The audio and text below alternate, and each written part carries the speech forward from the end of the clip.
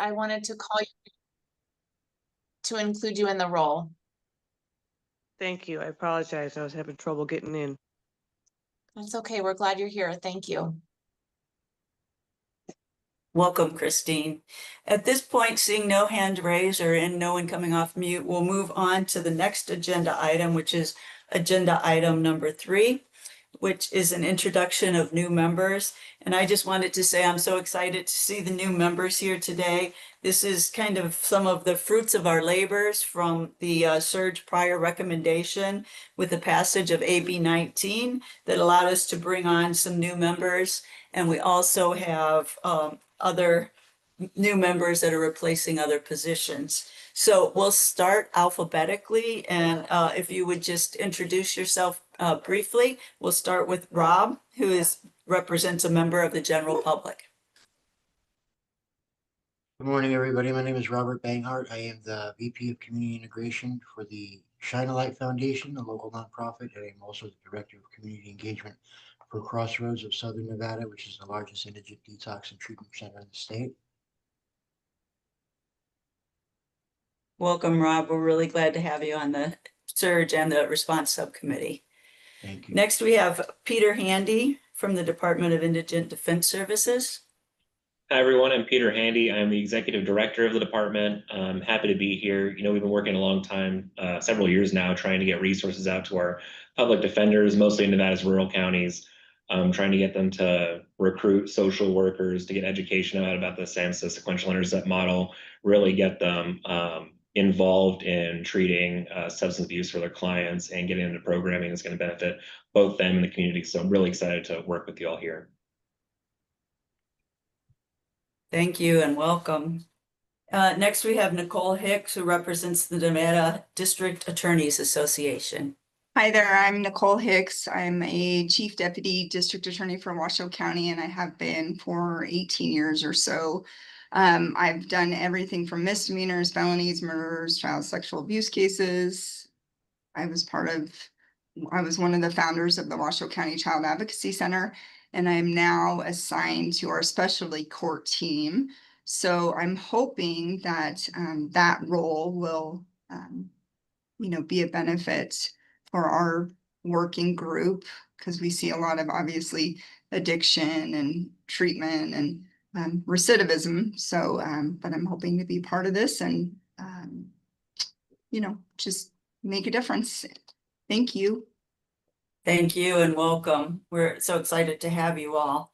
Our next new member is replacing someone who left their position as a hospital representative. That was Steve Schell, and we now have representing the hospitals is Bud Schall. So if you would introduce yourself. Thanks, Terry. Good morning, everyone. My name again is Bud Schall. I'm executive director with UMC down here in Las Vegas.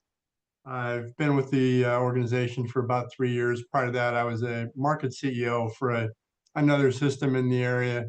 And we recently had opened up the Crisis Stabilization Center back in the end of June, and have been operating that since then. And I'm very honored and humbled to be invited to join this group. I'm looking forward to working with everyone and making a difference.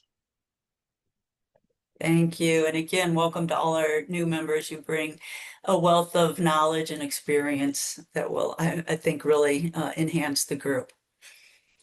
We'll go ahead and move on to the next agenda item, which is agenda item number 4, review and approve minutes from the August 5th, 2025 response subcommittee meeting. Those, I believe, were sent out with all of your meetings items. So if anyone would like to make a motion to approve those. Terry, this is Shayla. I'll make a motion to approve the meeting minutes. Thank you, Shayla. Do we have a second? Christine Payson, I'll second. Thank you. So we have Shayla Holmes making the motion and Christine Payson seconding that motion. Any discussion on the August 5th meeting minutes? If there's none, we'll go ahead and vote. All in favor of approving the August 5th, 2025 Response Subcommittee member meeting minutes, say aye. Aye. Aye. Any opposed, say nay. Any abstentions? Okay, of the members present, they unanimously pass. We'll move on to our next agenda item, which now we've taken care of all of our administrative items. And I'm very excited to have Officer Jermaine Galloway, who has a Tall Cop Says Stop, who's going to be presenting on drug and alcohol and prevention, education, and enforcement. We'll turn it over to you, Officer Galloway, and thank you so much for being here. You're welcome. Thank you. Can you guys see my screen nice and easy? Is everything coming through okay?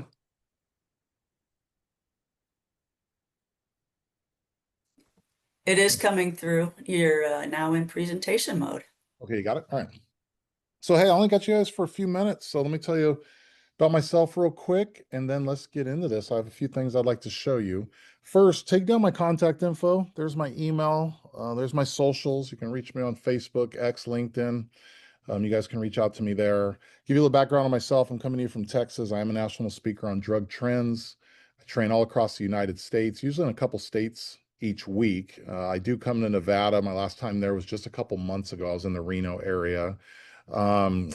People ask me, who do I train? And it's really any and all sectors who deal with drugs. So if you deal with drugs from the medical community, every community that I heard on this call, all the representatives that I heard on this call, welcome.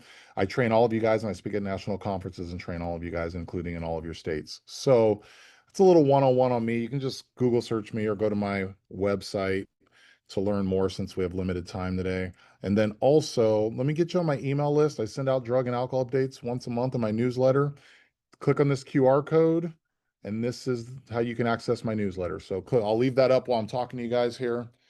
And the way I set this up today is I'm going to just show you a bunch of things. I'm going to touch on about 5 or 6 different topics through about 20 different slides to show you what we are seeing in this drug culture and climate, and where we are and where we are headed. Some considerations you might want to think about moving forward, all of it. There's just a lot of moving parts right now. There's a lot of drugs that are not being highlighted, not being talked about, that are trending at high levels. And I'll show you that. I'm boots on the ground in all the states. So I see these products as recently as this week. I was in Memphis, Tennessee, just the day before yesterday. So I just got back from there. Or yesterday, what am I talking about? It was yesterday. So I'm going to highlight a bunch of these different things that we're seeing each and every week in our drug culture and climate. So the first disclaimer that I put out there, and I change my slides every week, but this is one I haven't changed in probably 12 years, 14 years, is because everything is person specific. Now in Nevada, the items and products I find in Nevada, they're trending in Nevada. I am finding in many of the other states also, from Nevada to Wyoming to New York to Tennessee to Florida. It really doesn't matter. We all pretty much have the same substances, and they are coming from the same places, the same locations, the same manufacturers. We are seeing a lot of the same stuff, and many of these drugs are not being documented because our testing standards are pretty far behind. One of the recommendations I do have for drug testing is to rotate your panels and to be adjusting what you're testing for, because I'm going to show you multiple drugs you are not flagging, which also means there is no data on it. When we don't have data on it, we don't start looking for it more. We don't write out bulletins. We don't share the information, which means then we don't start looking for it more, which means we don't have data. It just keeps going in circles. And that's a big problem that I'm seeing right now, is there's all these substances that, I tell people a 10-year-old can buy at a gas station in Nevada that people don't even realize are trending. So we're going to highlight a couple of these things. Now, this PowerPoint that you're looking at is my scaled back version. I show a lot of stuff in person. I show in-person videos, interviews, a lot of it. Since this one is being recorded and 2 is virtual, I'm just giving you bullet points. So this is not my normal PowerPoint, but I'm going to put a bullet point up there, and then I will have talking points off of that. So one of the things I do a lot of is my community environmental scans. And this is how I know what we're seeing in Nevada, because I've scanned Nevada I've been training 20 years. I've scanned Nevada for probably the last 12 to 14 years. I'm in Nevada several times a year. And with that in mind, I'm going to highlight some things that I've seen in your state. I did not put in any of the photos from your state when I was just there a couple months ago, just in prepping this, since this is a quick one, but we'll talk about what's going on there. So this is a photo from the South, and here's the way in class that I kind of highlight this. Let's use the word CBD. Okay. So as you look right there and you see the CBD in the store window, I want you to imagine that says Coca-Cola on it. If that's a Coca-Cola and I asked you, okay, it says Coca-Cola in the store window, so what other soda pops are being sold in that store? Now, you've never been in that store, but tell me what other soda pops are in that store. You guys would say Pepsi, Sprite, Mountain Dew, you'd say things like that. I need you to view this the same way. When you see CBD in Nevada, what's being sold behind that? Here's what I'll tell you. Very little CBD and a lot of everything else. And we're going to touch on some of that everything else that is behind those three letters. I tell a lot of people CBD are three of the most important letters in the drug culture. So now, this here was from the Midwest. This is a gas station. I've kind of cropped this photo all the way in for you. This is at the counter of a gas station. I want you to wrap your head around this, Nevada. This means a clerk or business owner took the time to write out a sticky note, tape it to their window near their register that says, before you walk out of this store, ask me for a deal. Hit me up. Now, do you think they're talking about candy bars and Gatorade and soda pop? No, you guys know they're not talking about that. They're talking about substances. So now the kicker is a bunch of these substances they're talking about are not regulated, are not being drug tested for, and are highly addictive and are causing and contributing to our mental health disorders that we are seeing across this country. So it's pretty amazing that we have substances that are being sold in gas stations, smoke shops, shopping malls that are stronger than controlled substances. So first, let's start out easy. We're going to make this easy because I assume everybody, all the professionals on this call have heard of this drug. So let's talk about kratom. So let me go back one. So with kratom, you have a plant that generally comes from Asia that is, I call it a plant-based opioid, if there is such a thing. So we have a plant-based opioid legal in over 40 states. Many of those states have 0 age restrictions, which means a 12-year-old can purchase this. And you do have an addictive substance. Now, an argument that you will hear is that kratom is not as addictive as A, B, or C. Well, I don't like to view drugs like that. I say we should look at them all individually and standing alone. Is there always a more or less addictive drug than anything? Yes. But that's not the way you want to look at it. You want to look at it standing alone. Is this problematic standing alone? Yes, it is. And with kratom, you have a drug in Nevada that has opened people's eyes to what I call kratom's cousin, known as 7-hydroxymetrogenine. Now, some of you have not heard of this one. 7-hydroxymetrogenine is a top drug trend in the United States. It is sold all over Nevada. It is sold in over 40 states. It is basically, a long story short, a synthetic form of kratom. Here's what you have. You have kratom, which is a plant that is all natural. Kratom's now cousin has emerged, 7-hydroxymetrogenine, which is the process they use to extract kratom, they are synthesizing.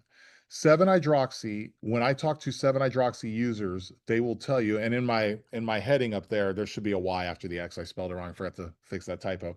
But and when I talk to users of 7-hydroxy, they will tell you it is significantly stronger than kratom, and they take one pill and they break it into 2s or 4s. In other words, we are selling a powerful synthetic opioid over the counter that is stronger than many controlled substances in Nevada that many people are not testing for. And depending on the company is going to be dependent on the testing standards if you're going to highlight or flag this drug in testing or not. It is highly addictive. I have seen 7-hydroxy. It's the top drug purchased during my scans right now. Not by me. I don't purchase any of this stuff. But when I'm in the stores and I'm scanning and someone walks in and buys something, the top drug used to be maybe Delta 8 or kratom, or maybe a vape, something like that. Now it's 7-hydroxy by far. This is the top substance being purchased while I am standing in a store in any state right now. And no matter where you're sitting in the state of Nevada, unless you're in very rural Nevada, if you jump in your car and drive 10 minutes, you're going to find 7-hydroxymetrogenine, especially if you're in the Vegas or Reno area.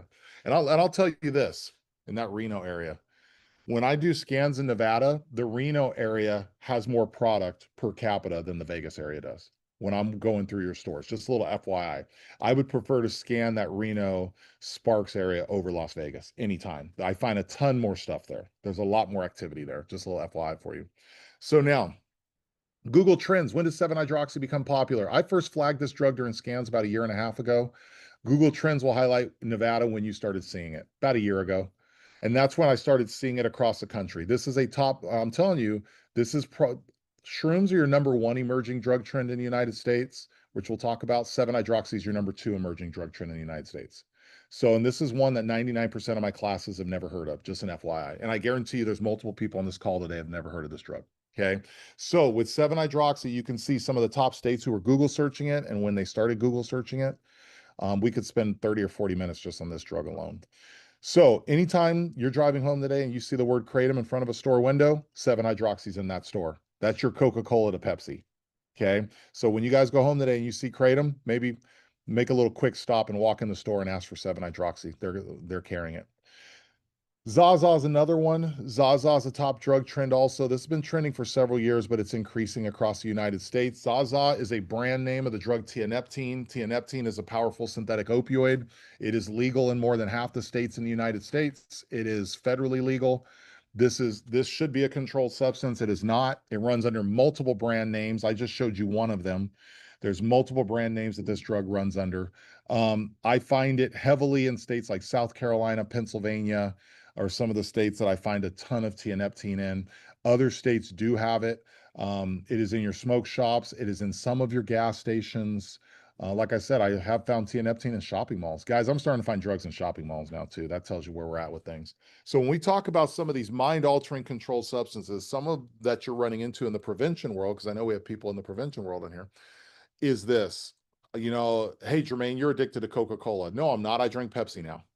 So what's happening is your addiction replacement. You have individuals that feel like they're in recovery, that in their mind do believe they are in recovery, but they are just using addiction replacement. They're replacing one drug with another. And in some cases, because that drug is legal, they perceive it to be safe or safer. And this includes kids too, and adults. So legal does not mean safe. Legality and safety of a drug have zero to do with each other. And that's something we need to be highlighting more.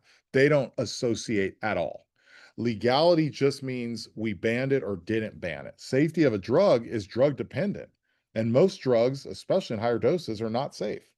So now, Phenibut is another one. We have multiple states who banned tianeptine. The most recent one, I think, is Florida, is the most recent state to ban it. We have about 12 or 15 states who ban tianeptine. When tianeptine gets banned, there's a drug that tends to get even more popular that's sold in all the states, including Nevada right now. It's a drug called Phenibut. Phenibut is a powerful synthetic depressant. I believe it's sold in all 50 states. It runs under the name of a dietary supplement. Many times, I do not find this at health food stores, though. Interestingly enough, even though they call it a dietary supplement, I don't find it at our health food or health dietary places. It is more in places where you go looking for substances of abuse. So Phenibut runs under multiple brand names. This photo I'm showing you is almost deceiving because this is the only time I found Phenibut on the front of a bottle. Generally, it's on the back of the bottle and it runs under multiple names. And here's one of them, just to give you an example. If you Google search B-phenyl Y aminobutyric acid, it'll come up Phenibut. Now, the people ask me, and I even tell them in class, one, that's a mouthful, but two, hey there, tall cop, how am I going to Google search B-phenyl Y? If you see anything that says dietary supplement on it, look it up. My folks in here in the treatment world, in the recovery world, in the prosecution world, when someone says it is a dietary supplement, you have to ask more questions. Okay? There's multiple dietary supplements that are substances of abuse. Dietary supplement does not mean safe. The drug world uses this term and many others quite a bit.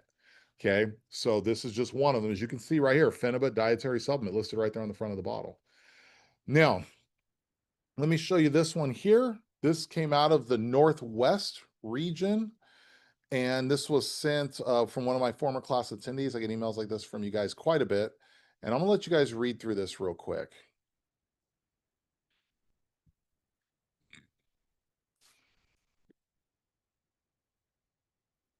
So first, let's talk about psilocybin. Then I'm going to talk to you about the email that he just referenced. Psilocybin mushrooms, many of you guys know, are trending. I asked this in class yesterday. I say, why are psilocybin mushrooms getting popular? And people said PTSD and depression. That was just in class yesterday in Memphis, Tennessee. So why are we seeing psilocybin?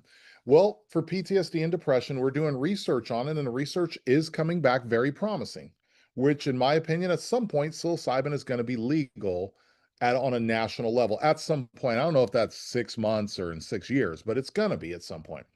But with psilocybin, even though we are seeing promising results for severe depression, treatment-resistant depression, and PTSD, we are also seeing trafficking now of psilocybin that law enforcement will share with you. We are finding more mushrooms than we have ever found. So mushrooms, we are having to educate our people that, hey, mushrooms and psychedelics and everything associated with it are here to stay. They're not going away. They're never going to go away. If anything, they're going to increase. And we need to understand them. I say it this way. You need to understand mushrooms the way you understand weed or cannabis. You need to understand it that much because that's the level we're going to see this in several years. Now, because of the mushroom popularity, other things associated with mushrooms are getting popular, including Amanita muscaria. Amanita muscaria is an over-the-counter mushroom that you have in Nevada that is sold in many of the places that are carrying Delta 9, Delta 8, Kratom. Many of those stores have Amanita mushrooms sitting there, your gas stations and smoke shops. And you can buy it, of course, online. With Amanita mushrooms, it is an over-the-counter mind-altering psychedelic. It is not as strong as psilocybin. It does not test like psilocybin. Psilocybin is very hard to test for anyways, and Amanita is a different drug test. So we have over-the-counter mushrooms being sold with no age restrictions in almost every state in the country right now. Okay. Now, with this, let's just kind of close down on some synthetics. Obviously, fentanyl, everybody on here knows fentanyl. I mean, it's hard for me to find a person in any class that's never heard of fentanyl. So with that in mind, we are already evolving past fentanyl. So if I were standing in front of you, I'd put my hand near the floor, I'd tell you that's heroin. I'd move my hand up a foot, I would tell you that's fentanyl. I'm going to move my hand even higher, a foot above that, that's fentanyl cut with xylazine, your animal tranquilizer, right? I'm going to move my hand up another 2 or 3 feet, and now we have another animal tranquilizer that is stronger than xylazine that is trending now also. So what this is telling us in the US is we are moving past fentanyl the same way we've moved past heroin. You guys notice no one really talks about heroin anymore? We don't really see heroin much anymore. We don't see heroin drug seizures anymore. Your clients that you're working with aren't mentioning heroin anymore because heroin doesn't work. Heroin's too weak. Heroin is not strong enough to take you out of withdrawals. So we're not seeing heroin anymore. We are seeing fentanyl cut, or the word I like to use is potentiated with other drugs. So the question I ask, why are we spiking fentanyl? Okay. And why are we not seeing more overdoses if we're spiking fentanyl? Because think about it like this. If you supercharge a powerful opioid like fentanyl, shouldn't the overdose numbers be higher than they are? And one of the things I'm saying is, of course, part of that is going to be things like Narcan, and we have faster response times to opioid overdose. So yeah, we are better medical treatment. But another thing is this, the point I'm getting to, our tolerance is extreme right now in the United States, which means we're moving past fentanyl already. That's why you are starting to see carfentanil again and other opioids that are showing up in fentanyl that's supercharged, which means we are going to see stronger opioids coming. So now one of the last things I want to highlight is this. Imodium. Imodium, well, let me show you this email. This email came in from a police officer. So she sent this over. Manager asked her, what's the deal with people still on Imodium? Imodium is basically a low-functioning opioid. Okay, Imodium in high doses, we have people using 200 to 300 milligrams, works like an opioid. This is something I share a lot with treatment centers because some inpatient treatment centers let people bring Imodium in. Right? Imodium is an alternative to opioids when you're going through withdrawals, cravings, any of that. Drug testing, it tests differently. So Imodium is actually loperamide is the drug. But just guys, this is, a quick 101. Like, to be honest with you, I couldn't have scaled this presentation back any further than I did. This is about as scaled back as I can make it. All right. So I wanted to highlight some of these things we're seeing, the what, the why, and just to let you know, there's a lot more going on than just fentanyl right now. A lot more. Okay. My class yesterday was mostly professionals and law enforcement, and it was 3.5 hours, 3 hours. And that's nothing too. I was moving through that presentation. So this just gives you a snapshot of what's going on. Okay. There's my contact info again. I had the email list up. If you weren't able to get on that, you can just send me an email and put in the subject line email list, and my sister will add you guys to there. I wanted to they asked me to give you a quick presentation. This is what I do 24/7. The drug world is rapidly evolving. Okay. And we need to be evolving with it, especially in our training. Yes, I come from a law enforcement background, but I also started community coalitions. I was a member of community coalition. I was on the community policing team. I train really more prevention than enforcement right now across the country. So it's getting that out there because I know the work we're doing up front will reduce the work on the back end significantly. So anyways, appreciate you guys having me. I'll turn it back over to our host. I can hang out for about a minute or two, and my other meeting just walked up, so I have to go to that one next. So thank you guys for having me. Great, thank you. And I failed to mention this presentation was brought to us by Dr. Holmes with her recommendation, which we'll talk about later. I want to open it up to questions if anybody on the committee has a question. I have a question real quick. I know you're on a time crunch. go ahead. I so appreciate your presentation. I've been blessed to see you a couple of times and always so much great info. Can you share, do you know of which states are more progressive on their laws regarding these alternative substances that we might be able to look to as we try to formulate some legislative recommendations? Yeah, absolutely. There's two that come to mind, Indiana and Alabama. Those two come to mind. Indiana especially, they were one of the early ones with banning a lot of these substances. Alabama too. Florida just banned 7-hydroxy. They just banned it about a month ago. And they're one of the first, I heard North or South Dakota did too, but I haven't been able to confirm that. But Florida's the first one that I know about that just went after 7-hydroxy. But Indiana, kratom, tianeptine, Alabama, the same. They're the only two that I know of that have banned both of those. So those are a couple good states to look at for sure. Thank you so much. You're welcome. All right, guys, if you guys have anything else, email me. Sorry, like I said, I have to head off to this other one. So email me. I'm at our national conference in Dallas this week, but I will be on email and I'll be able to get back to you in the next few days. So appreciate you guys. Thanks, Nevada. Thank you so much. We appreciate your presentation today and bringing awareness. You're welcome. At that point, we'll move on to our next agenda item, which is agenda item number 6, a presentation on the Nevada Recovery Friendly Workplace Initiative. And we have Jonathan Lamson.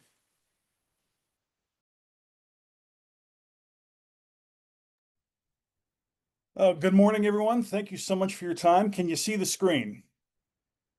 Fantastic. All right. Well, just a little bit of disclosure. This project is supported by the Nevada State Department of Health and Human Services through general funds. Content solely the responsibility of the authors, do not necessarily represent the official views of the department or its subdivisions. So I'm going to give you a little bit of background into what the Recovery Friendly Workplace Initiative is. We exist as a way to incentivize and assist Nevada workplaces that might want to or are already working to destigmatize the recovery process among their workforce. So we are trying to encourage and help create more environments in Nevada where people struggling with various recovery-related issues don't have to hide it, don't have to shy away from finding health and wellness. We provide advocacy and education to our participating businesses. We guide them through informing their workplaces of the designation as a recovery-friendly workplace. And while we work to identify, train, and partner with the businesses on our list, our partners at the State of Nevada Division of Social Services use the recovery-friendly workplace list for their clientele who have gone through recovery processes and help them apply for work in those environments. There are no costs to join the Recovery Friendly Workplace list, and we work with businesses of any size as long as they have actual employees, not independent contractors. So you'll never see us designate DoorDash or Uber, for instance. Our focus primarily is on increasing awareness of the fact that 1 in 3 people are currently dealing with a recovery-related illness, and they are in the workplace whether you want to admit it or not. The people working for you are currently going through various sorts of things. So it would behoove business owners and organizations everywhere to be mindful of these things and pay attention because the traditional approach, what we've seen in the past several decades, just offering the benefits, just having it available, this is not decreasing overdoses. This is not decreasing numbers of suicides or burnout. As a matter of fact, the state of Nevada is one of the only states where our overdoses are going up, not down, and we consistently rank in the top 10 worst states for numbers of suicide deaths. So we exist to shine a light on these facts and the facts that most workplaces have people who are currently needing some help. From the Forsmar study on recovery-friendly workplaces, this was earlier this year, only 13% of HR professionals reported having any workplace policies related to treatment or recovery at all.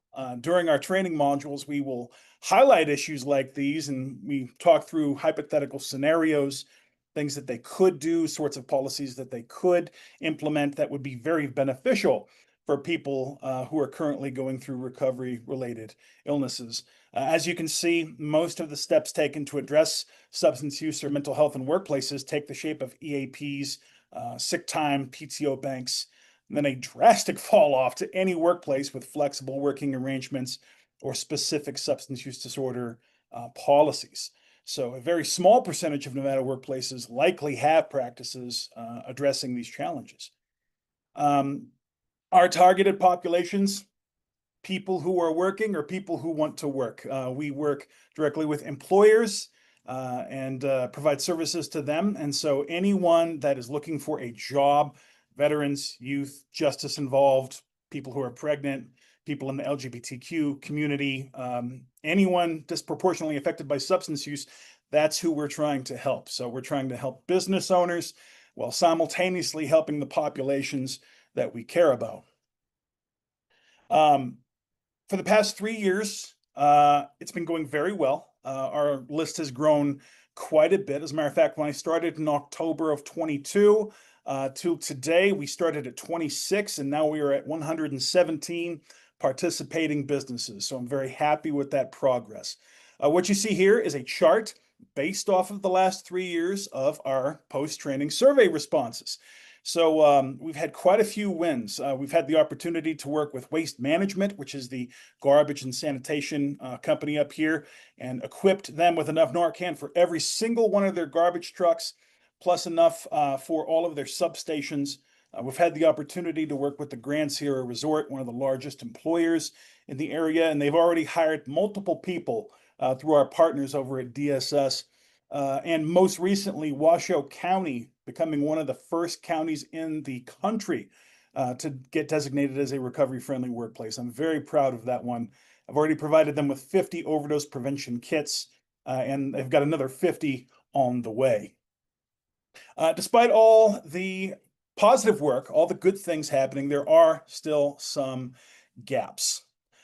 So let's go over a couple of those. The first missing piece, this is going to be tangible benefits to the designation process beyond recognition as a recovery-friendly workplace. So currently, as I said earlier, we provide the free training to management. We provide overdose prevention. We provide branding in the form of decals and posters and stickers. And we also petition the governor's office for a certificate of recognition for the businesses. Beyond that, the official list that we're generating does not get used as much as it could be. The next piece is underutilization of peer support. Currently, peer recovery support specialists tend to work for rehabs or recovery support organizations, but beyond that, they are woefully underutilized. As a matter of fact, we were crunching the numbers just a half an hour before this meeting and found that there are only approximately 420 PRSS certifications for the entire state. Divided by the likely number of people in Nevada who are in recovery, that's one PRSS for every 2,442 people. So there are not nearly enough people trained to recognize recovery in workplaces. And lastly, there is a big disconnect between people in recovery and the workplaces willing to employ them. I cannot tell you how many times I've heard that Nevada State Services are incredibly siloed. Lots of good work being done in various places. No one knows what anyone else is doing, which makes sense considering how inefficient some of the current work being done is. If one hand doesn't know what the other is doing, if workplaces are ignorant of the services available or they don't have the time to navigate those available resources, it definitely slows progress and makes us more inefficient than we could be. So what do we do about it? First thing, incentivize designation as a recovery-friendly workplace, and then provide incentives for that designation. Tax breaks, incentives for participating businesses, and then promote those businesses through official channels. Beyond one very small team at the Division of Social Services, there aren't many agencies outside working with these participating businesses, which is a shame considering that they go through an extensive training process, Q&A, and letting their workforce know that they want to be mindful of how they're doing. These businesses are just ripe for the picking when it comes to supportive employment for people who we're trying to help. Next, expand the PRSS certification in the state. With 420 is a drop in the bucket for what we need. They can't possibly help as many people as they could. And at the same time, they're only being used in treatment centers and rehabs. But with all the extensive training that they go through, 40 plus hours plus 500 monitored and testing and everything, plus the lived experiences, these make PRSS certified people extremely valuable for the workforce. And I propose that we use them as workforce navigation assistants. As we saw on the previous slide, we spend many thousands of dollars more than other states when it comes to assisting workforce services and getting people employed. And I even recall somebody from the NV Employer Hub telling me that one of their big struggles was getting participating businesses to actually work with them and provide information so that they can give them free money. There was so much lack of time and resources and an understanding on the business level of what services are available that they said all I needed was their banking information to give them a bunch of money, and they wouldn't do it or couldn't do it or didn't understand the process. And I think a PRSS would be just perfect to assist these businesses in getting access to those resources. So imagine PRSS employed by the state or various workforce service agencies, each with a caseload of businesses that they can visit, provide assistance to, workforce navigation, help get them signed up for services, and visit with their workers to see how everyone is doing. I mean, wouldn't that help us in so many different ways? I believe it would. I believe that that would lead to less overdose, suicide, and burnout, and workplaces getting easier access to available resources. I heard more than once, for instance, like the Good Jobs Grant, that there was too much money left in it. Why aren't we getting more utilization? Well, I think this would scratch that itch. Lastly, I think workplaces need easier access to qualified candidates. In 2024, UNLV did a job seeker survey, and that survey said that 58.4% of respondents wanted to switch industries from their current workplace. But in June 2025, Las Vegas had the highest, third highest unemployment rate in the country, and yet many industries report massive worker shortages. So how do we have massive worker shortages in a variety of industries? Almost 60% of workers saying that they don't want to be in the industry that they're in, and at the same time, unemployment. What does this say? This tells us that, yeah, there's a lot of inefficiency occurring. There's a lot of barriers in place preventing people from moving to industries where they could feel more valued, preventing workplaces from getting qualified, valuable, knowledgeable candidates eager to work. And we're not getting the utilization of the available dollars that we are. So if we can remove the barriers to businesses and employees at the same time, provide increased access to support for both, the workplaces most in need of that valuable talent will gain access to it. Qualified candidates in recovery will find the industries and jobs that they can be most effective in. And the help provided by increasing utilization of PRSSs will help keep both healthy in that process and use available dollars more efficiently. If anybody has questions, you want to reach out to us, here's our contact information. Our executive director, Sean O'Donnell, is on the call, as well as our training and workforce development manager, Sarah Chambers. I am Jonathan Lamson, the advisor, one of the only advisors for the Recovery Friendly Workplace in the state. We sure could use more of us. But if anyone has any questions, I'm completed with my spiel. Thank you for a very enlightening presentation. I learned a lot through it. I'll open it up first for questions from any of the committee members. This is Shayla. I have a question. Thank you so much for that presentation. I also learned a lot. I've heard of it, but did not realize the scope of it. And maybe you answered this, but I was busy taking some notes. But do you guys have ongoing support for recovery-friendly workplaces? Because what I have found in my tiny toe dip in the water of trying to become a more empathetic workplace and figuring out how we do some of these things, what turns out is like the first thing that pops, we are now struggling to figure out how we respond. And so if you guys have any ongoing supports, policy assistance, things like that, it might be, I mean, one, heavily utilized, but also help with individuals being willing to sign on or organizations signing on. Yeah, no, it's a great question. And actually, we see that uncertainty reflected in our survey results slide, where even though we had a very large percentage appreciate the knowledge, we had 30% say we appreciate the knowledge, but we still don't feel prepared. The fact of the matter is, recovery is an extremely complex issue. It looks different for so many people. The challenges presented to different workplaces even, right? Depending on the industries. There are some industries that can hire someone who's receiving Suboxone therapy, for instance, and others who cannot. And so we go over a lot of that in the training, but if any of our participating workplaces wants more assistance, they absolutely have access to it through myself and also through the team down at Foundation for Recovery. For those that don't know, I'm located in the Reno Sparks area and Foundation for Recovery is in Las Vegas.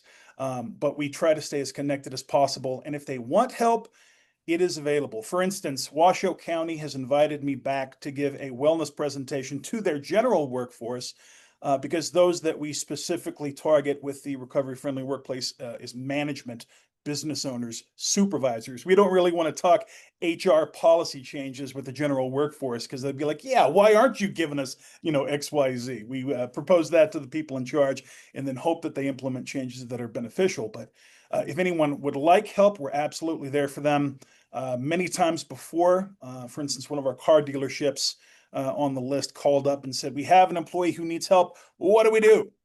And I immediately get on the phone, start calling my state partners. Hey, I've got this car dealership. They're on the RFW list. What help do you have?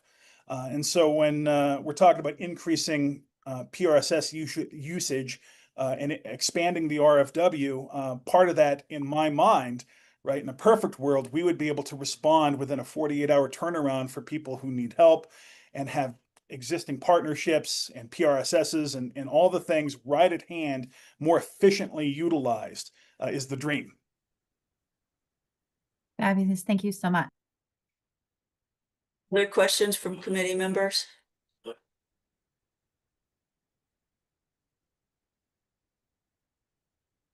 I had one if no one else has questions. I was just wondering, and we had a recommendation from the SURG, but it was from our treatment and recovery subcommittee about looking specifically at PRSSs and changing some of the requirements because it was Steve Shell who brought it up and he was trying to hire peers in the Community Crisis Stabilization Center at the hospital. But there were a lot of barriers in being able to do that because of background checks. So I don't know if there's any work being done on that or anything that you might want to add. That's a great question. So currently there are only, as far as I know, 2 agencies in the state of Nevada that can provide the training necessary to become certified as a PRSS, and that would be Foundation for Recovery and CASAT. The training is extensive. It is a time sink, and there is some resources needed for the testing for the certification, but there's also resources available. For instance, Foundation for Recovery does both in-person and Zoom training. So if they, keep an eye on the calendar of events there, they can do that. I know CASAT is self-paced. So if they want to go that route, that's available as well. But actually, since I do have my two supervisors here on the call, I would throw them both under the bus right now. If they had some input in this arena, I would love to throw that question their way. It Yeah, looks like Sean is ready to Yeah. jump in. Hi, Terry. Good to see you again. Hi, everyone. My name is Sean O'Donnell for the record. I'm the executive director of Foundation for Recovery here in Southern Nevada. Terry, I don't know if your question specifically around barriers to implementing peer support is regarding background checks, but that's primarily a Medicaid issue. So for agencies that are not billing Medicaid, there is no law or state regulation that bars agencies from hiring peers with different backgrounds. It's primarily a Medicaid issue. And I know that the state of Nevada and Medicaid are exploring that because they have just implemented a new provider type for peer-based organizations. So these would be non-clinical organizations, so not like a provider type 14 or 17 that are employing and utilizing peers. It would be like prevention coalitions or in service programs, recovery community organizations, outreach groups, who historically have not been able to bill Medicaid for peer support. And so that's a change that Nevada State Medicaid has recently made. But we're still running into that issue of background checks. Yeah, thank you for that. I know that's something that sits in treatment and recovery's recommendations, so I don't know if they'll continue to try to push that to see if there's anything else they can do, but we would love to collaborate if that's the case, definitely. Other questions from committee members? I just had one last. I know, Jonathan, you're in Reno, and Sean, you're down here in the Vegas area. Have you seen much with the recovery-friendly workforce in our rurals, and is there continued outreach to them as well? Oh, go ahead, boss. Well, I was going to say Jonathan works directly with the employers, but we have designated businesses in Boulder City, in Pahrump, in Hawthorne. So we have received interest from a variety of different employers and, varying sizes who are interested in this initiative because they want more information on behavioral health resources to be able to support their employees. And rural Nevada counseling as well. Great. That's good to hear. Thank you. I'll open it up one last time. Any committee members have questions? Seeing no one go off mute or hands raised, I want to thank you, Jonathan and Sean, for presenting to us. One of the topics under the legislation for the SURG was to look at workforce issues and also look at economy of the state. So this is why we wanted to bring you in and address some of these. Yeah, definitely. Well, as the surge continues to explore this, I would say some of those items that Jonathan had brought up, especially tax incentives for employers that become designated recovery-friendly workplaces. Nevada would be able to lead the nation in that. There are 29 other states that have recovery-friendly workplace initiatives, and we're all working together as a collective to try to pass state legislation to incentivize businesses to do this work. So thank you all. And I would just highlight that Anne Elizabeth Northam wanted to be here today. She's currently on the Nevada Certification Board. I know they have some initiatives and some things they're working on, so maybe we'll get her to come and do a presentation for us in the future. Oh, she's great. Yeah. Thank you so much. I appreciate you and your presentation. Again, I learned quite a bit from your presentation today. Thank you so much for your time.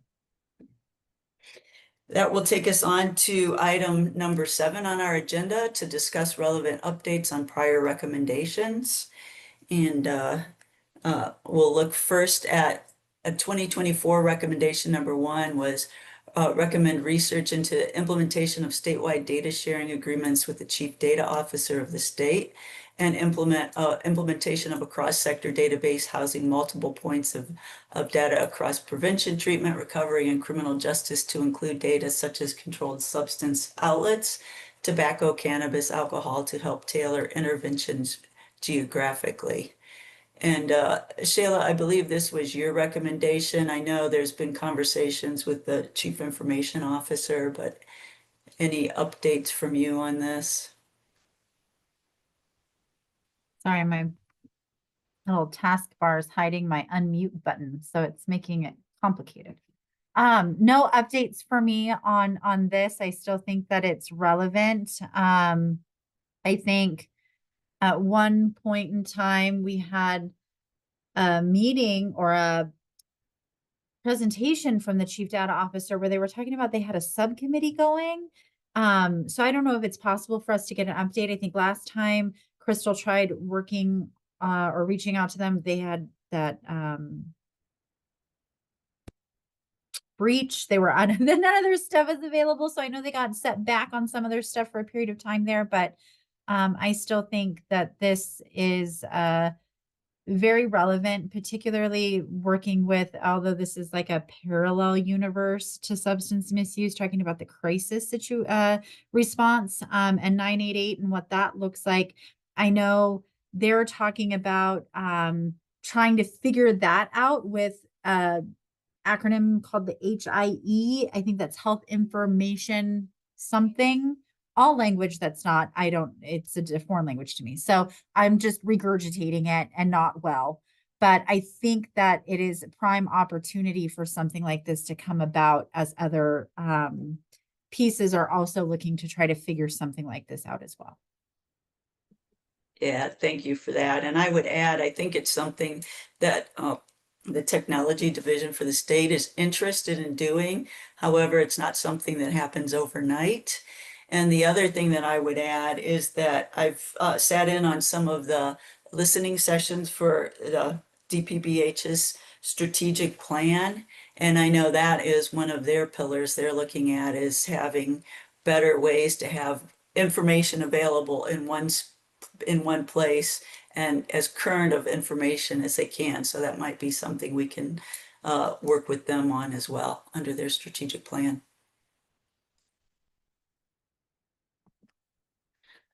We'll move on to the next recommendation, which is recommendation number 2, support the collaborative proposal to the Fund for Resilient Nevada to conduct wastewater sampling of high schools, college, university campuses, and bars and nightclubs, and use information gained to develop public health awareness programs, deploy targeted naloxone, and increase the provision of fentanyl test strips to targeted locations, and to develop a plan for expanding high-risk substance wastewater surveillance in our state, and review the outcomes from the pilot program to identify if it and similar targeted programs may aid in the community response. We did have a presentation from UNLV's wastewater sampling, and they did get funding from the Fund for Resilient Nevada, but we're very early into it. So I think this is something that is definitely going to be moving forward and we'll get more data on. Anything else anyone would like to add on this recommendation?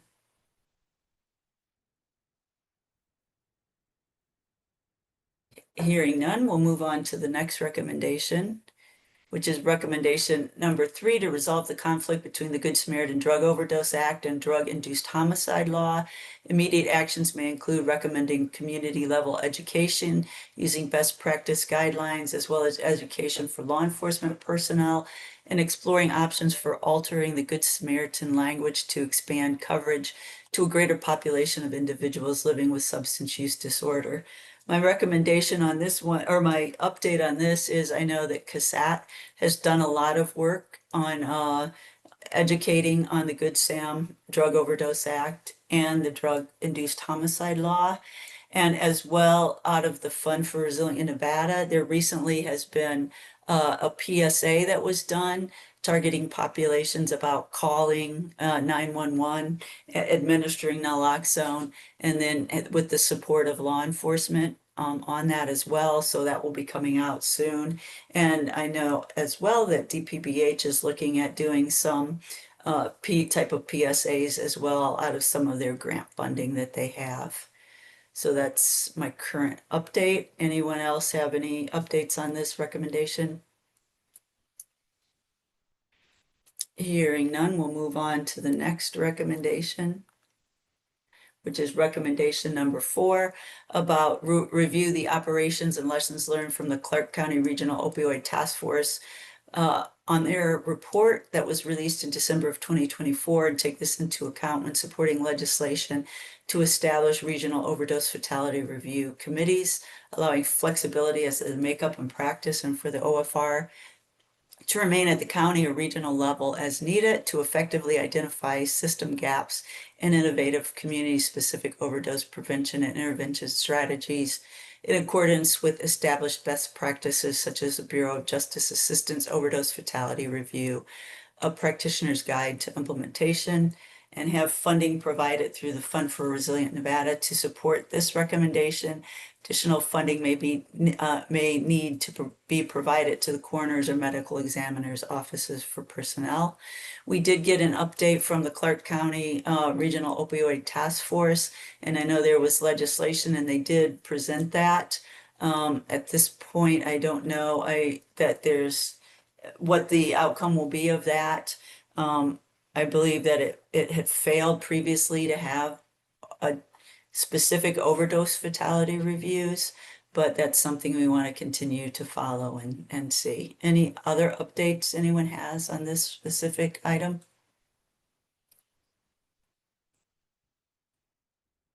Hearing none, we'll move on to the next item, which is recommendation 5, recommend state agencies under the legislative, judicial, and executive branches involved with deflection and diversion programs have a comprehensive definition of recidivism and policies related to measuring and reporting recidivism. We've given numerous presentations on this, requesting this, but this is one that's going to be brought up again and some additions added to it, which we'll get to under our new recommendations. Anything else on that? No, hearing Can I none. ask a We'll move question? on. Yeah, go ahead. On the recidivism, is there a benchmark as to when they're recording the data? Recidivism in 5 years, 10 years, 20 years? What is the? That's just part of the issue, Rob. So there's no standard. I know that currently in the state, the only organization that has a definition of recidivism, it is the Department of Corrections, and I believe theirs is 5 years, if I remember correctly. So, but that's one of the things that we want to add is what is the time frame we're looking at.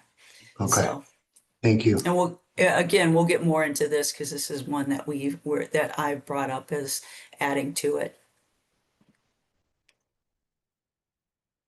Okay, moving on. Recommendation number 6 is implement a voluntary program to install drug take-back bins in retail pharmacies. This was Senator Stone's, and he did get this passed in the last legislation, and to look at using funding for the Fund for Resilient Nevada to help retail pharmacies install these drug take-back bins. And I don't know if Senator Stone has jumped on the call, if there's any other update. It doesn't sound like he has, so, but that one, there were measures taken on it. We'll move on to the next, which is to discuss and draft proposed 2025 response subcommittee recommendations. And the first one that we have is Dr. Holmes' recommendation, which had to do with our presentation from Officer Galloway. And I'll turn the mic to you, Shayla, to talk about this one. So ultimately, what I was trying to figure out was how, although I appreciate him sharing that maybe Indiana and Alabama might be a good place to look, which might be a way to alter this description or recommendation, but trying to figure out a way to where any of those types of substances that Mr. Holloway shared would be restricted to at least being sold in restricted sales locations, like not at the AM/PM right next to the high school, as well as making it to where individuals over the age of 21 would have to be carded and purchase any of those types of substances, as well as having clear labeling.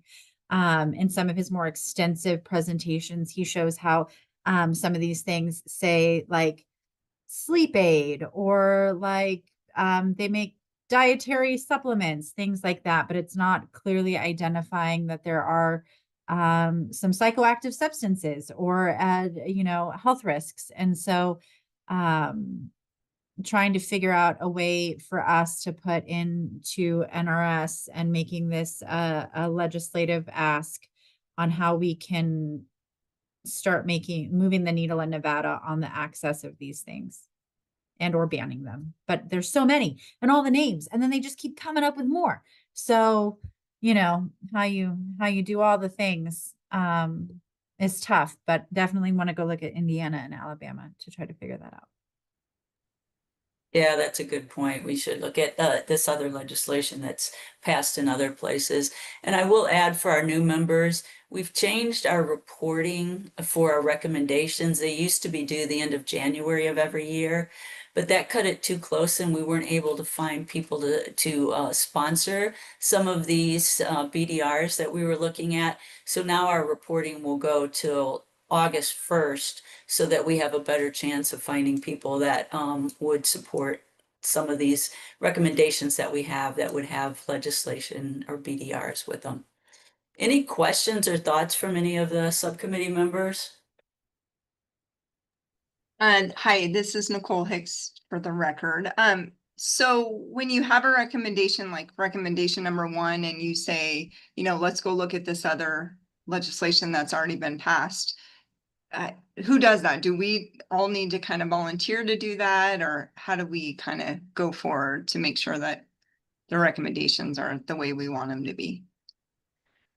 Typically what we've done in the past is either the person who submitted the recommendation will reach out and get that, or we have the support of SEI, Crystal, and I think it was Mary that are on this call that will assist us with trying to get that legislation. And then we'll review it, we'll present that to the committee, and we can look at, what we like, what we don't like, what we would want to add, those sorts of things. Does that address your question? Yes, thank you so much. Yeah, no problem. And I will add that I was going to ask Officer Galloway this, but I didn't get to the chance to, is some of the things he talked about, such as the kratom and other things. In presentations I've seen him give, he's talked about the fact that these aren't tested for in most standard drug screenings. So often if someone knows they're going to go in and get a drug screening, they may use one of these kind of to bridge. So, we didn't get to ask him that, but I know that I have heard that in his prior his prior presentations. If you've never seen him in his full presentation, I definitely recommend. I think that's an important, sorry again, Nicole Hicks, for the record. I think that's such an important point, and he seems so rushed, but as the prosecutor in these courts, it would be nice to know what to test for, because we can bring it to our stakeholder meetings, say, hey, because I'm going to bring his updates to the stakeholder meetings and just say, I'm not sure how to test it, but I think we can email him and ask him, but it would have been nice to have a little bit of that in his presentation. I know it was quick, but. This is Shayla for the record. I think to your point, Nicole, that's sort of like step 1, because you really couldn't test for those things and hold somebody accountable for those things if those things are legal, right? You can't test somebody for Tylenol. Not that you would, but that's where I think getting the first step is, how do we regulate this group of alternative drugs? And then I think from there, I think, or even simultaneously, I think we could also then include, what does that additional language look like? To 1, how do we regulate them? And then 2, individuals within drug courts be held accountable to them as well. Nicole, for the record. So, our participants, they'll sign a contract saying we won't use this, and we can list out different things asking, saying you can't use these things. Now that list gets really long, but no, it's not illegal. We wouldn't, hold them accountable and prosecute them, but we could, address their participation in drug court or whatever the special ed court would be, to help with their sobriety long term. So yeah. Rob, I agree with everything.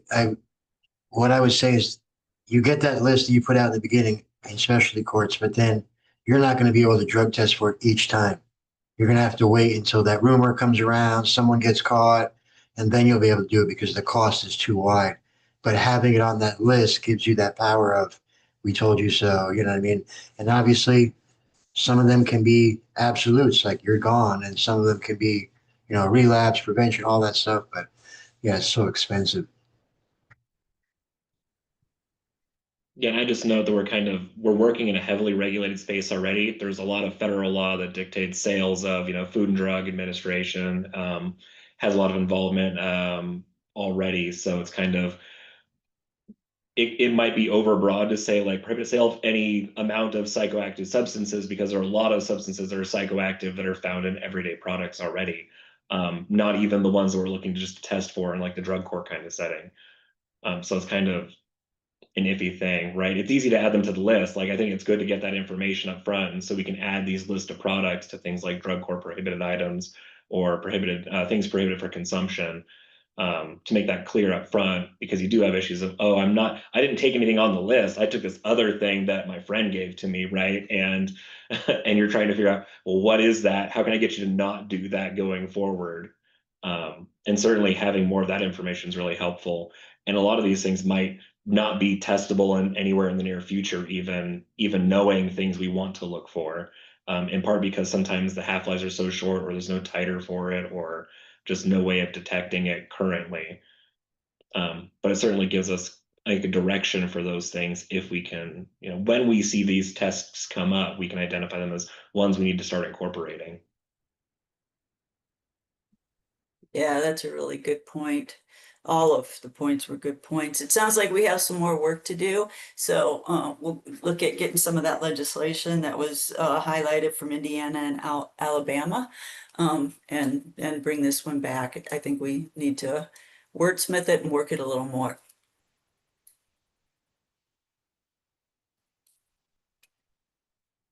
The next recommendation was one that I brought forward, and this had to do with having a comprehensive definition of recidivism for those programs that have deflection and diversion programs under them at the state level.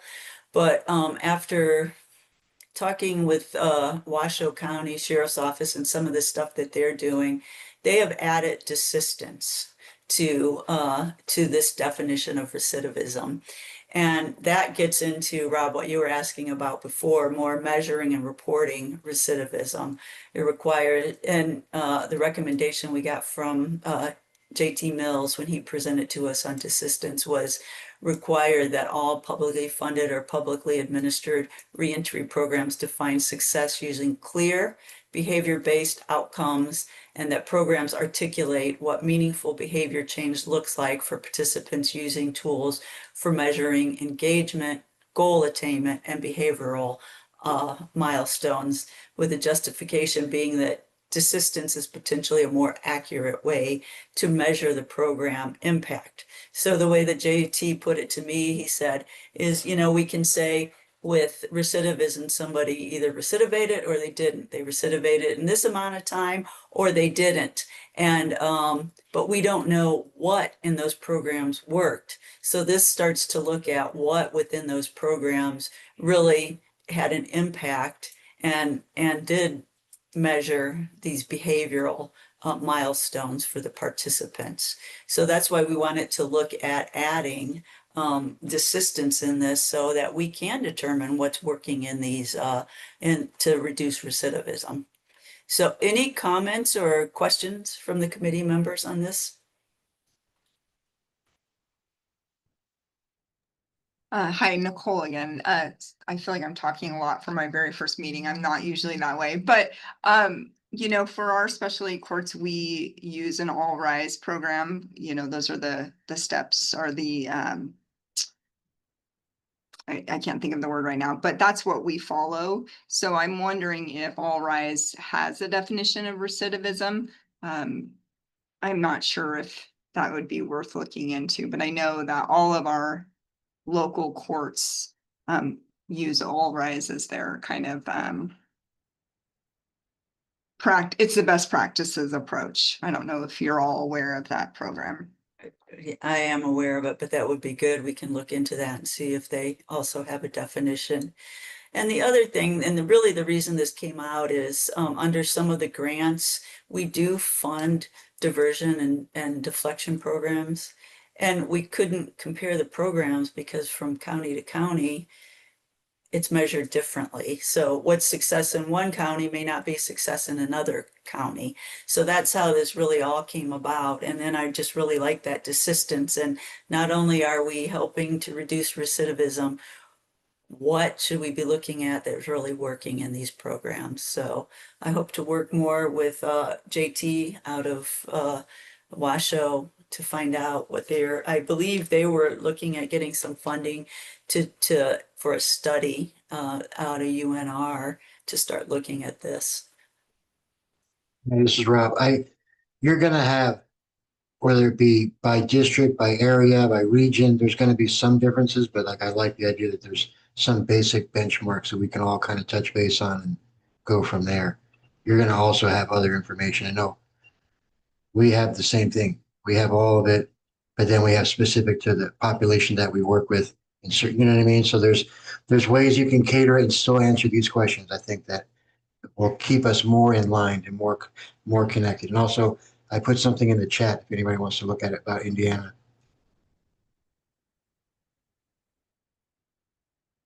Is that related to their legislation on the? Yeah, I just typed in real quick and it popped up and it was the first thing. Thank you. So, and to start with, I should say what we're looking at is that the state agencies that fund these diversion and deflection programs, we start with them and that they have definitions for recidivism and include the desistance.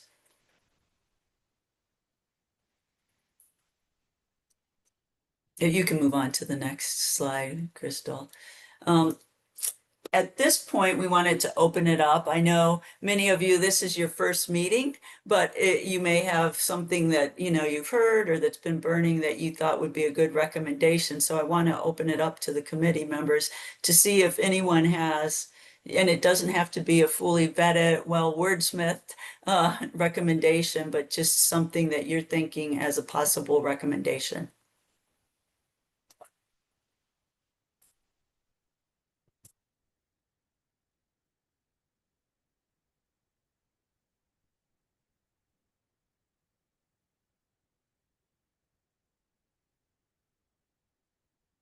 Jonathan, I see you have your hand raised as one of our subject matter experts.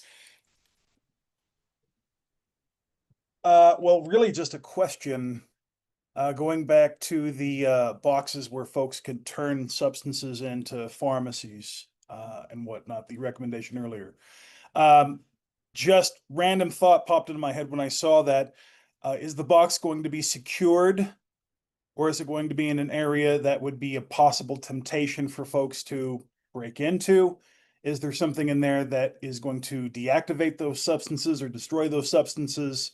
Because I could just see that if it's publicly available in some place where folks might want to succumb to a temptation, it might be good to have it, something to deactivate the substances, or behind a counter, or something that's not easily accessible. Just a thought. Those are all really good thoughts, and I don't have the answers. I think we're going to have to reach out to Senator Stone. He was a pharmacist, so this was something I think when he was in California that he implemented, so he probably used that as the model. But we'll definitely get more information from Senator Stone and see. But I would imagine that they're going to be, not publicly accessible in terms of you can put stuff in them, but you can't get the stuff out. And I'm just gonna kind of throw out a personal experience that I had that I was kind of dumbfounded by. I recently broke my arm and had to go to the emergency department. And for the pain, I was prescribed oxycodone.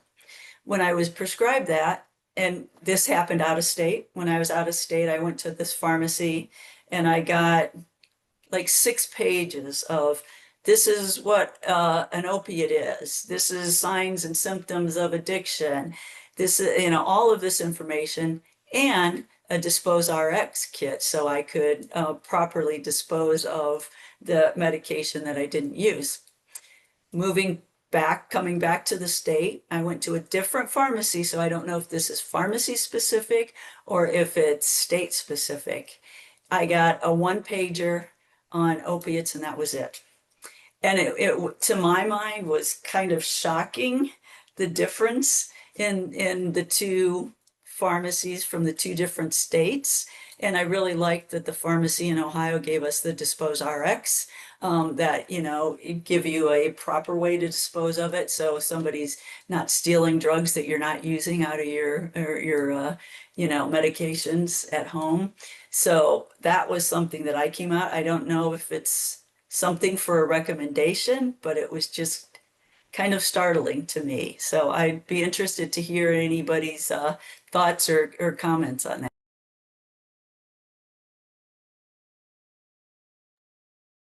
Shayla, for the record, I think doing the Safe RX kits with any opioid, I guess that it would, whatever that language has to be, right?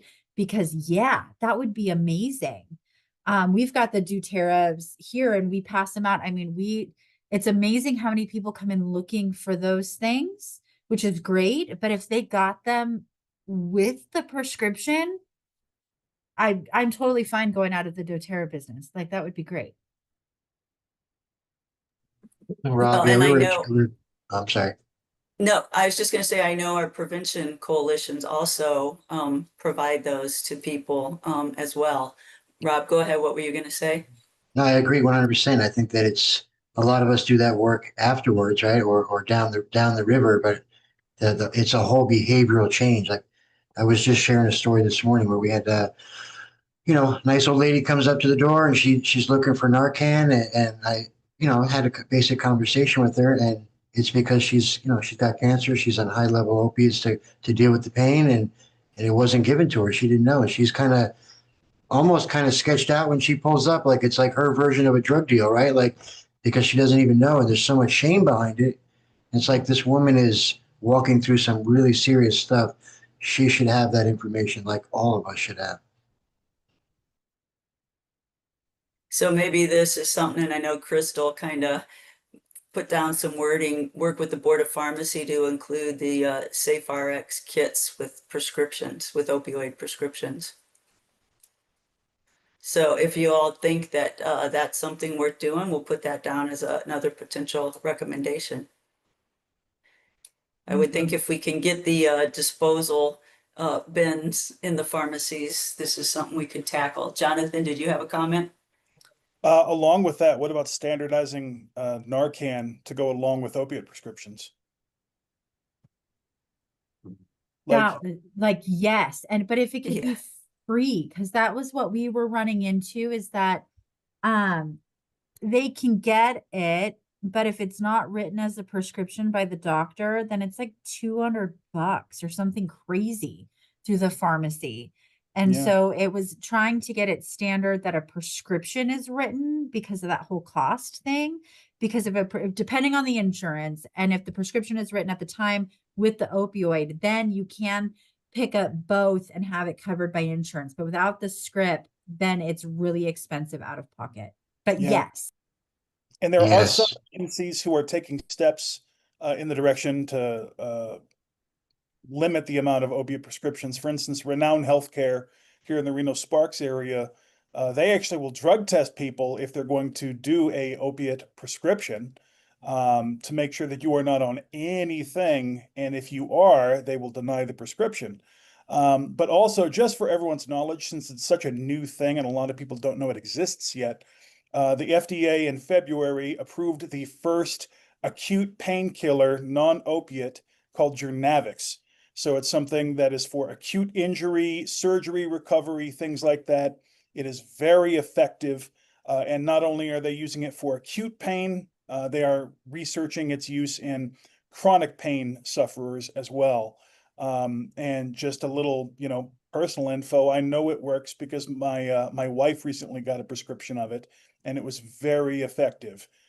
She said more so than the opiates that she had had in years past for back injuries and such. So she said her feet, hands, back, everything, nothing hurt. And it was very effective. So just so everyone knows, there's more therapies coming out that could be effective to help folks. That's good to hear. I would add too, I know that the Prevention and Harm Reduction Subcommittee is looking at trying to get a low barrier access naloxone, working with the Board of Pharmacy out of hospitals, and specifically the emergency room. So this may be one we might want to work with them on. And so again, this wouldn't require a prescription.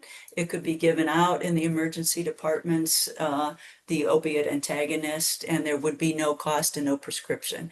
So this may well be something that we could work jointly with the Prevention Subcommittee on.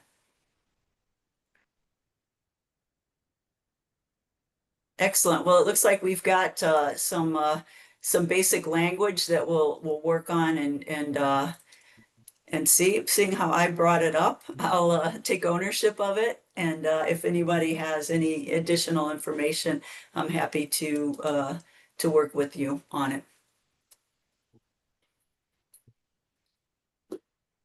We'll move on. We're to the next. We'll get the justification and the action steps and all that.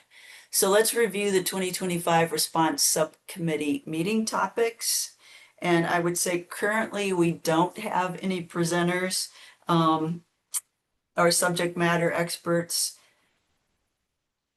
What I would add is, and I brought this up before, is maybe having Ann Elizabeth Northen come from the Nevada Certification Board and provide us with an update on some of the stuff that they're working on. I know they're working with dual certifications and the potential of some expanded role. Also looking at the internships for the PRSSs and that they're meaningful internships and not just like transporting people from, you know, one appointment to another appointment, but getting them real valid experiences. So that might be one.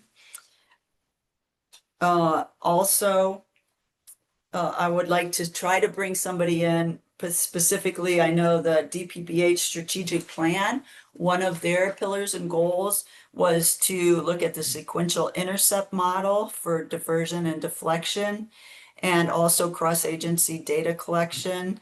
So we might want to look and see what they have. I know that SEI is looking at that strategic plan, but there may be some things that they're doing that we could work with them on. So that might be another potential. I'll also note to you that there will be a meeting of the full SURG, there will not be a meeting of the full SURG in December of this year. Our next meeting will be January 14th for the full SURG. And at that meeting, we will be approving the 2025 annual report, which this year just serves as a progress report, but does not contain recommendations. If no one has any ideas for speakers at this point, you can email the SEI staff, Crystal, and with recommendations if you think of any. We'll move on to the next item. And I would just add to that our subcommittees will report out at the January meeting about our progress on the recommendations. And we'll also reassign subcommittees and elect chairs for each subcommittee and a vice chair. So I'm happy to continue being the chair, and I won't speak for Shayla, she's our co-chair. But if anybody has a burning desire to be the chair or the co-chair, I would not be offended. So we'll talk about that at the January meeting. And then the subcommittee meetings for 2026 are expected to be held in February, March, May, June, August, and October, and will be set after subcommittee membership is finalized in January, because we always just make sure we have our final subcommittee assignments in January. Having said that, we'll move on to item number 10, which is public comment. We'll open it up for public comment again. Again, 3 minutes. You can raise your hand if you have a comment in the meeting, or you can dial 669-444-9171. When prompted, enter that meeting ID 868-333-11069 and press *6 so the host can unmute you. Do we have any public comment?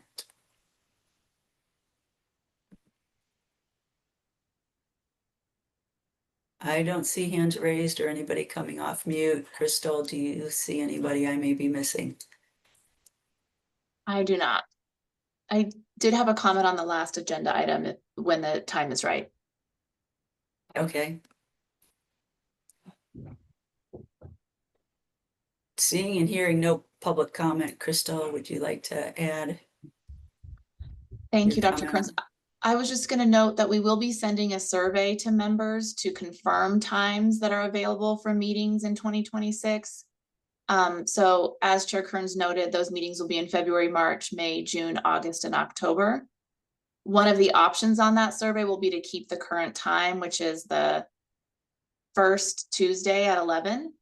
And then we will probably provide 2 other options. So we would be looking for times that are recurring in those months that you're generally available, in case this time doesn't work, especially for our new members. We've set this time. I think we've met this at this time for 2 years now, but because we have new members, it may be time to look at that again. So please look out for that survey and check your schedule, and we'll get those on your calendars. Great, and we'll go ahead and move on to agenda item number 11, which is the adjournment. I want to thank you, all of the committee members. It's so great to have you. I'm super excited. You already are giving great input and great ideas, so thank you for that. And my apologies for going 1 minute over. We'll now adjourn the meeting. Thank you. Bye, Thank guys. you. Dr. Kearns, I'll work with you on the recommendation number 3 that you're talking About- the draft. Yeah, I'd okay, like that's to work with awesome. you on that with my ED docs as well. I'm going to be talking to them yet today, along with our pharmacy directors. So, Yeah, that would be great. Awesome. Thank you. I appreciate that. Okay. Great. Thank you. I'll be in touch. Okay. Thank you, guys.